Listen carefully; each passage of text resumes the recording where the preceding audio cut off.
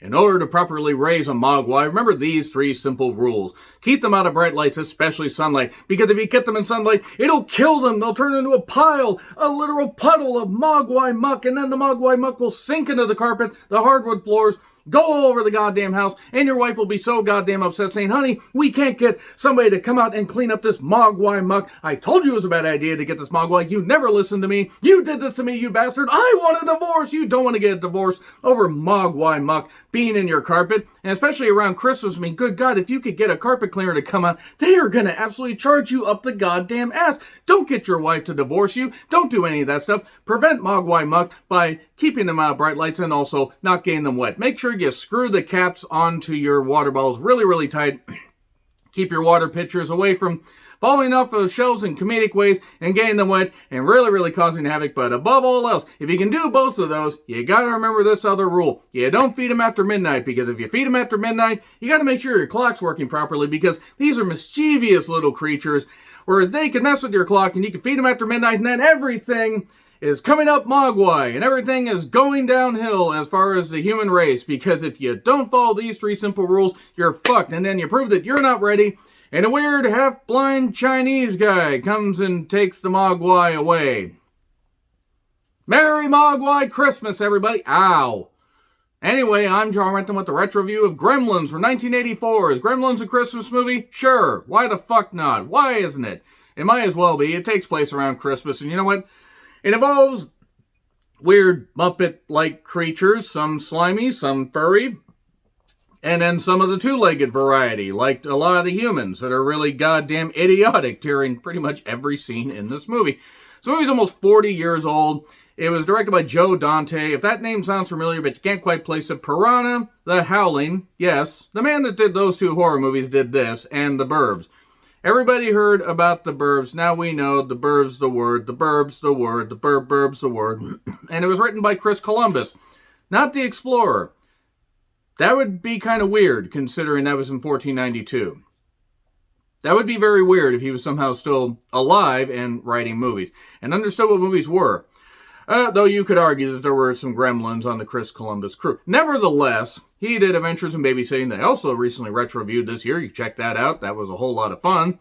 Mrs. Doubtfire, Home Alone 1 and 2, and Harry Potter 1 and 2. Fun fact about Mrs. Doubtfire, it made me cry in the theater because I didn't understand why parents would get divorced, because I was 12 and I was a bit weird not understanding why marriages wouldn't work.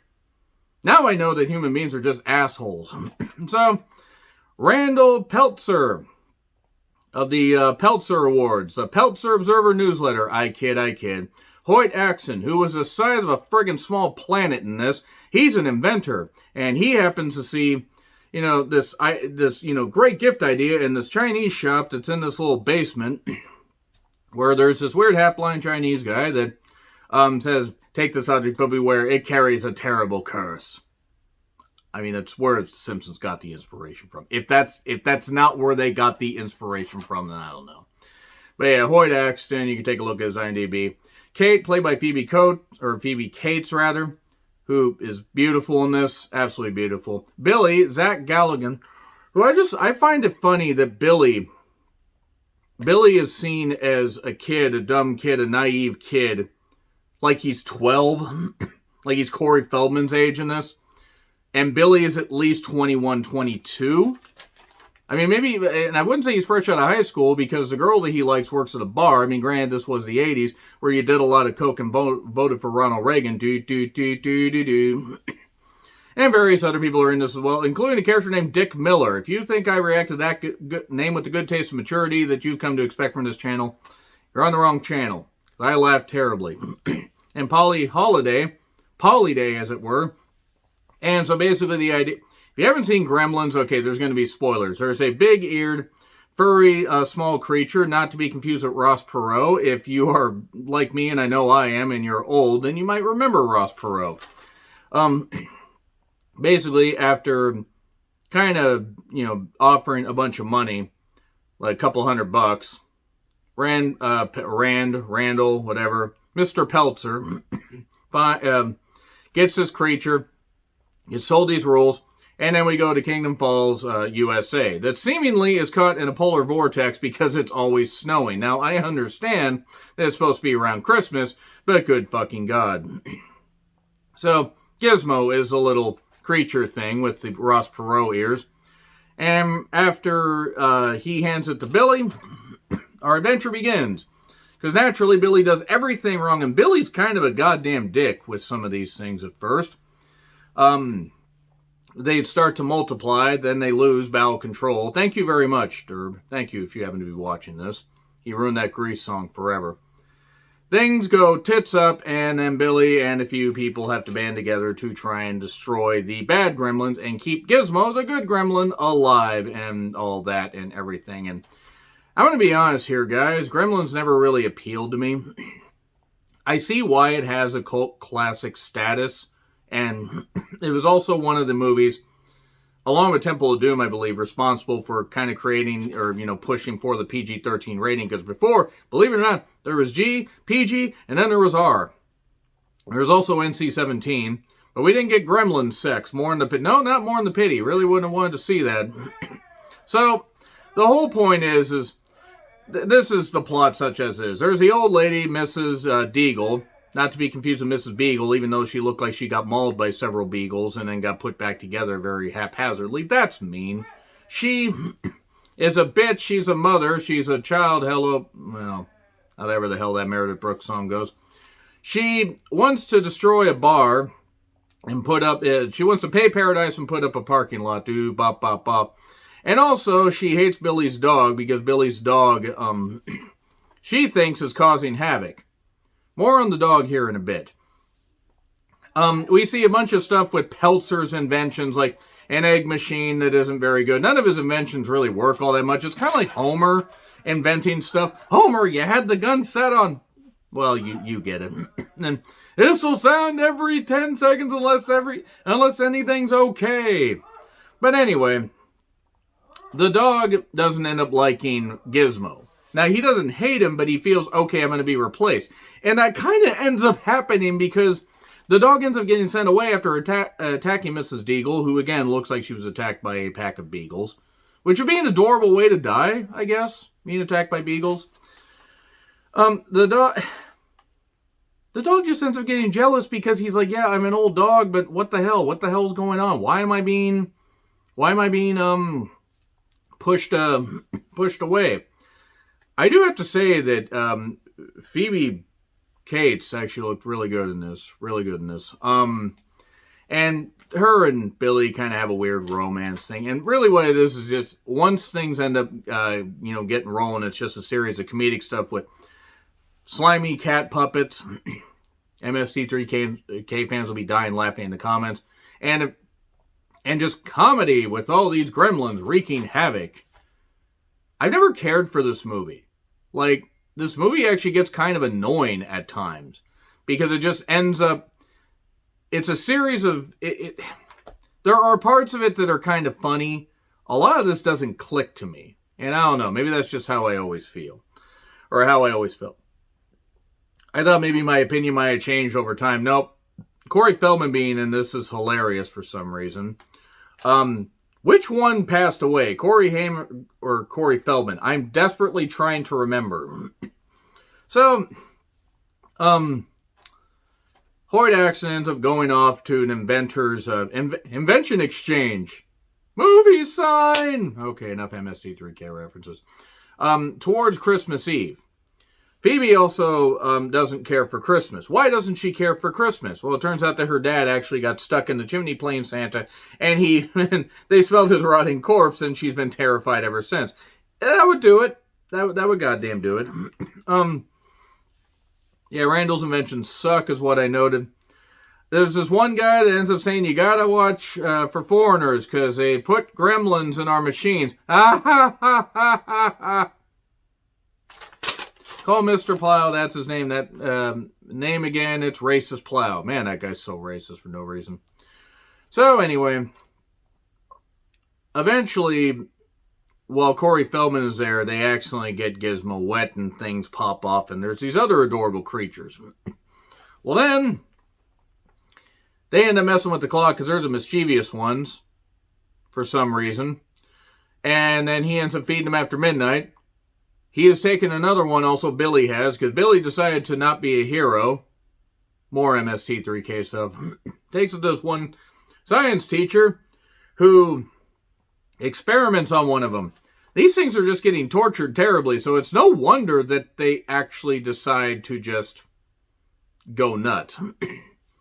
So, Randall's stuck on Christmas Eve at this invention thing. There's a Robbie the Robot there for some goddamn reason. This movie's kind of bad, is what I know it at one point, because every character is really, really stupid.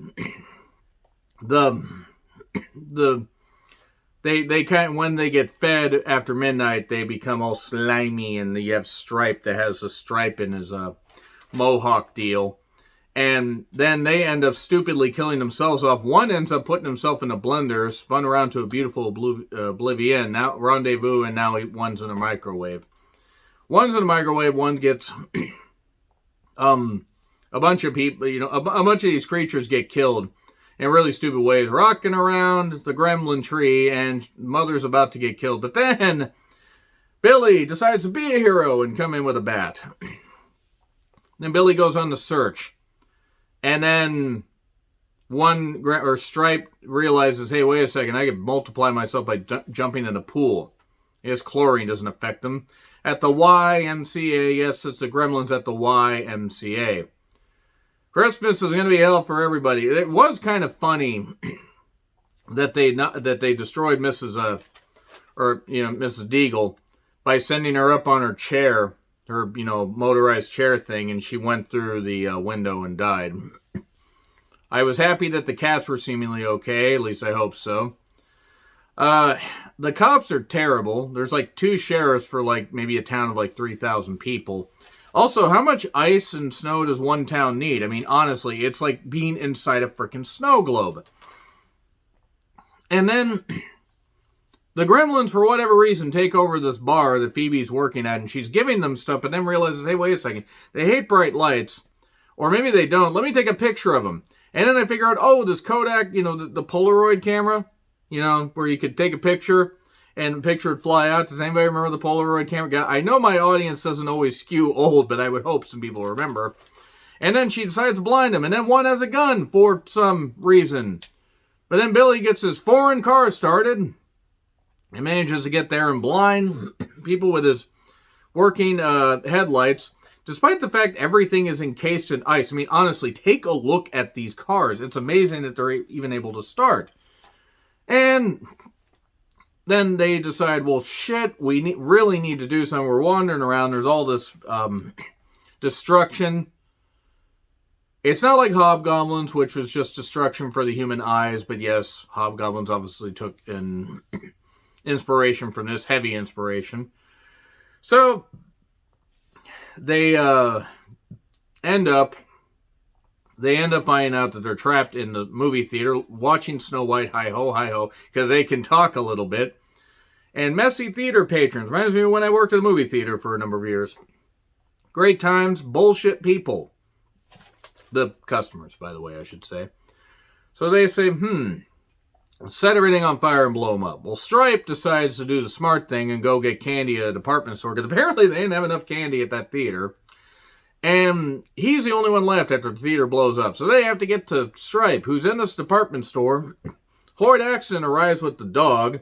The dog runs in while Gizmo's racing around in a car for some reason.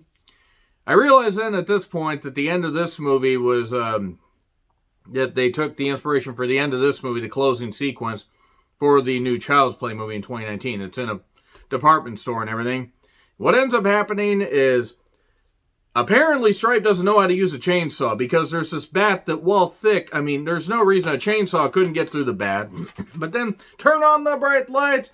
Gremlin, turn on the bright lights! And then they blind him, so he runs away. Gizmo manages to somehow race his car up a snow shovel, pull down this one panel that fries Stripe while he is trying to bathe himself in a fountain. And then he becomes a pile of muck. And then that's it. But he keeps bubbling to indicate that there might be a possible sequel. There is, by the way, 1990, The New Batch, which I will not retro review because that one's even worse than this one. And then the Chinese guy shows up and says, hey, you're not ready. I told you, you're not ready. So I'm going to take him back. I'm not giving you your deposit back, despite the fact your house probably could do with the $200 to repair a few things. And that's it. Okay. Gremlins, everybody. Merry Mogwai Christmas. Anyway, agree, disagree, what I said, like, share, subscribe, Twitter handle in the description. I'm John Ritlin. I'll see you soon.